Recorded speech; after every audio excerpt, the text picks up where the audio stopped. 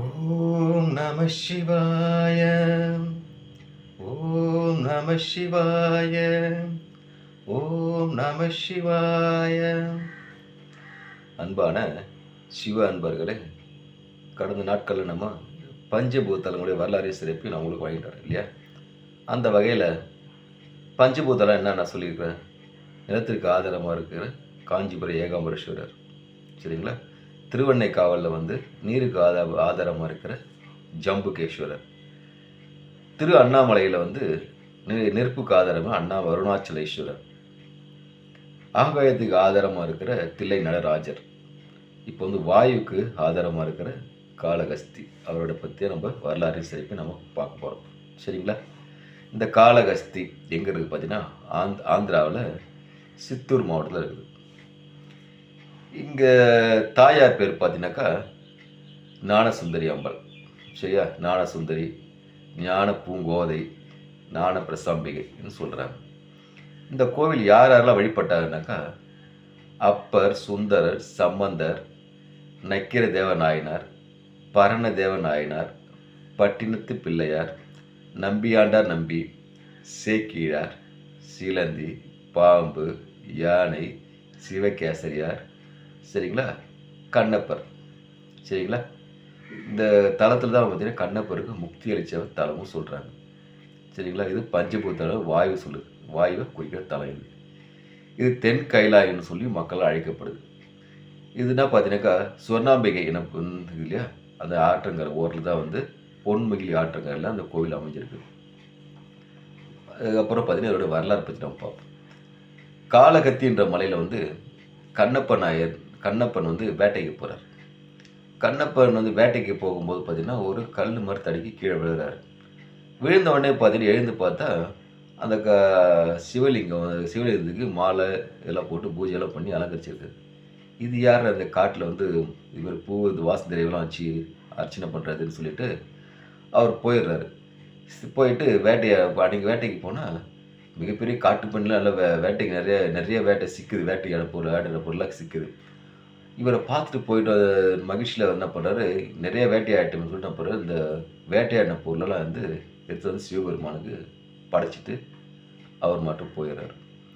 மறுநாள் பார்த்தீங்கன்னா வழக்கமாக அந்த கோவிலில் படைகிற பூசாரி பார்த்தா ரத்த கலரையாக இருக்குது, எறும்பு இருக்குது, மாமிசமாக இருக்குது. இதை பார்த்து ரொம்ப கோபம் மட்டும் என்ன பண்ணுறாரு, அதை கலைச்சிட்டு அவர் மறுபடியும் வாசல் தெய்வ பூவை இதெல்லாம் சந்தனம் வச்சு அபிஷேகம் பண்ணிட்டு போயிடுறாரு. மறுநாள் கண்ணப்ப அது காலகத்தி காட்டுக்கு வேட்டையாட வர்றாரு. வேட்டையாடி மறுபடியும் வேட்டையாடி பொருளை எடுத்து வர்றாரு. வேட்டையாடின பொருளை எடுத்து படைக்க வரும்போது அவருக்கு விஷயம் தோணுது, இந்த பொருளெல்லாம் சுவையாக இருக்குமா, சுவையில்லா பொருளை நாம படைக்கணும். அதனால் இந்த எந்த பொருள் சுவையாக இருக்குதோ அதை நம்ம படைக்கலாம்னு சொல்லி என்ன பண்ணுறாரு, ஒரு இறைச்சியை எடுத்து கடித்து சுவைத்து பார்க்குறாரு. எது சுவையாக இருக்கிறதோ அதை மட்டும் இறைவனுக்கு வச்சு படைக்கிறார். இந்த படைக்கிறத பார்த்தோன்னே ஐயருக்கு மறுநாள் வர்றாரு. மறுபடியும் மாமிச இறைச்சியில் அதை பார்த்து கோவப்படுறாரு. கோவப்பட்டு சிவபெருமான்கிட்ட பேசுகிறாரு, ஐயன் இதுமாதிரி யார் உன்னை அலங்கோலப்படுத்துறது, இதெல்லாம் பார்த்து சும்மா இருக்க, நீ கல் தானே, ஏன் அவருக்கு தண்டனை கொடுக்க வேண்டியது தானேன்னு சொல்லிட்டு சிவபெருமான்கிட்ட புலம்பிட்டு என்ன பண்ணுறாரு, இது யார் பண்ணுறான்றது ஒரு நாள் பதுங்கி பார்க்குறாரு.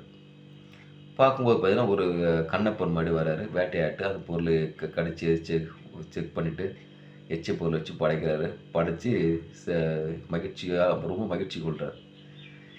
இதை பார்த்துட்டு கண்ணப்ப நாயனர் ஐயா சண்டை போடும்போது சிவபெருமானுக்கு கண்முன் தோன்றார். கண்ணப்ப நாயனர் என்ன பண்ணுறாரு, அமைதியாக இருக்கார். அமைதியாக அவர் மாதிரி போயிடுறார்.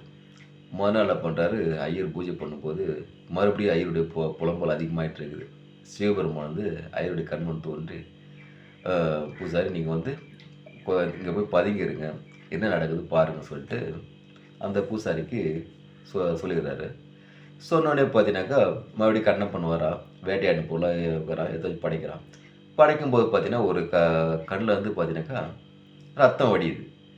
ரத்தம் வடிச்சுன்னா அது சிவபெருமான் கண்ணில் ரத்தம் வடியுதுன்னு சொல்லிட்டு ஒரு கண்ணை பிடிங்க, டக்குன்னு ஒரு அம்பு எடுக்கிறான், கண்ணை பிடிங்க, அந்த ரத்தம் வரல, கண்ணை வச்சு போயிச்சிடுறான்.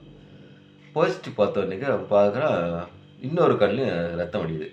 இன்னும் இந்த கண்ணிலையும் சரியில்லை போல் சொல்லிட்டு என்ன பண்ணுறான், இந்த கண்ணை எடுத்து அவர் கண்ணு தெரியாதுல்ல, எங்கே கண்ணை எடுத்து எங்கே போய்ப்பார், கண்ணு தெரியாது இல்லையா, அதனால் அடையாளத்துக்கு என்ன பண்ணுறான், அவனுடைய கால் கட்டை அந்த கண்ணு தண்ணி வடிது இல்லையா, ரத்தம் வடிது இல்லையா, அங்கே வச்சுட்டு தன் கண்ணை பிடுங்க போகும்போது சிவபெருமான் வந்து கண்ணை காட்சியளிக்கிறார்.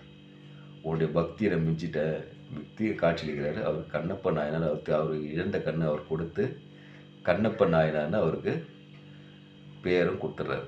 சரி, இது ஒரு வரலாறு. இன்னொன்று பார்த்தீங்கன்னாக்கா இங்கே நாகம், பாம்பு, யானை, சிலந்தி இதுங்கெல்லாம் வந்து பூஜை பண்ணிக்கிறாங்க. எப்படின்னாக்கா பாதாளத்தில் இருக்கிற நாகம் நம்ம தினமும் என்ன பண்ணணும், கக்கிற மாணிக்கத்தை கொண்டு வந்து சிவபெருமானுக்கு பூஜை செஞ்சுட்டு போயிடும். அதே போல் பார்த்தீங்கன்னா யானை என்ன பண்ணும், அது பக்கத்தில் ஆற்றுல போய் துதிக்கால் தண்ணி எடுத்துகிட்டு பூ எடுத்துகிட்டு வந்து சிவபெருமானை பூஜை செஞ்சு பூஜிக்கும். இப்போ பூஜை பண்ணும்போது டிஸ்டர்பாக பார்த்தீங்கன்னா தினமும் இந்த என்ன பண்ணும், மாணிக்கம் கீழே கிடக்குது இல்லை, யார் இது மாதிரி இதுக்கு கொட்டுறான்னு என்ன பண்ணும், இந்த மாணிக்கத்தை யாரை என்ன பண்ணும் காலை எட்டி வச்சுட்டு அதை கழிச்சிட்டு இவர் வந்து பூஜை ஆரம்பிப்பார். இது வழக்கமாக போயிட்டுருக்கோம். அந்த நாகத்துக்கு வந்து ஒரு நாள் கோவம் வந்துடுது. இது யார் பண்ணுறது பார்க்குறது, சிவலிங்கத்தை பின்னாடி இது ஒளிஞ்சு நிற்குது. ஒளிஞ்சது யானை வருது. யானை வந்து பார்த்தீங்கன்னா வழக்கம் போல் அந்த நாகத்தை காலை எட்டி வச்சுட்டு துதிக்கல் தண்ணி எடுத்து சிவலிங்கத்தை தெரிச்சிட்டு கொண்டு வந்த பூவில் அபிஷேகம் பண்ணிட்டு பூஜை பண்ணுது. இதனால் அந்த யானைக்கும் இப்போ பாம்புக்கும் சண்டை வருது, நாகத்துக்கு சண்டை வருது.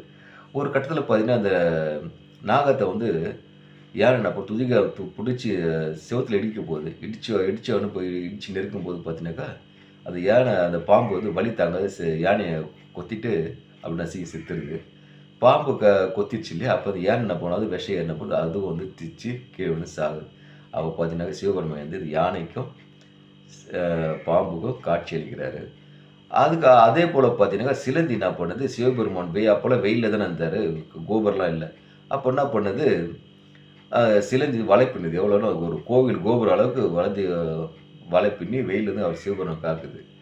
சிவபெருமான் என்ன பண்ணுறாரு, இந்த சிலந்தியை சோதிக்கிறதுக்காக அந்த வலையை ஃபுல்லாக எரிக்கிறார். லைட் எரிச்சுன்னு பார்த்தீங்கன்னா அந்த சிலந்திக்கு என்ன தோணுது, என்ன அது சிவபெருமானுக்கு வெட்ட வெயில மாதிரி போயிடுமென்றது பண்ணிட்டு இது ஏதோ ஒரு இது பண்ண சொல்லி சக்தி சொல்லிட்டு அந்த நெருப்பை விழுங்கிறதுக்காக இது போகுது. நெருப்பை விழுங்க போச்சுன்னா செத்துரும் இல்லையா, அது தெரியல அந்த சிலந்திக்கு. விழுங்க போகும்போது பார்த்தீங்கன்னா சிவபெருமான் வந்து தடுத்து நிறுத்தி அந்த சிலந்திக்கும் காட்சி அளிக்கிறார். இந்த யானை, நாகம், சிலந்தி இது 3 காட்சி லட்சிய இடமும் இந்த காளகஸ்தி தான். சரிங்களா? இந்த காளகஸ்தியில் பார்த்தீங்கன்னா லிங்கம் மிக பெருசாக இருக்கும். அந்த லிங்கத்தில் கீழ்ப்புறம் பார்த்தீங்கன்னா சிலந்தி வடிவமும், நடுப்புறம் பார்த்தீங்கன்னா 2 யானை தந்தமும், மேலே பார்த்தீங்கன்னாக்கா 5 தலை நாகம் நிற்கிற மாதிரி இருக்கும். அந்த கண்ணப்புற அம்பது குத்துனார் இல்லையா, அந்த தழு வடும்பும் அங்கே இருக்கும் அந்த சிவலிங்கத்தில். இவ்வளோ புகழ்பெற்ற சிவாலயம் இது. இதுக்கு நாகதோஷத்தை போக்குற கோவில். சரிங்களா? அதுதான் திருக்காளகஸ்தின்னு அதனால பேர் வந்துச்சு.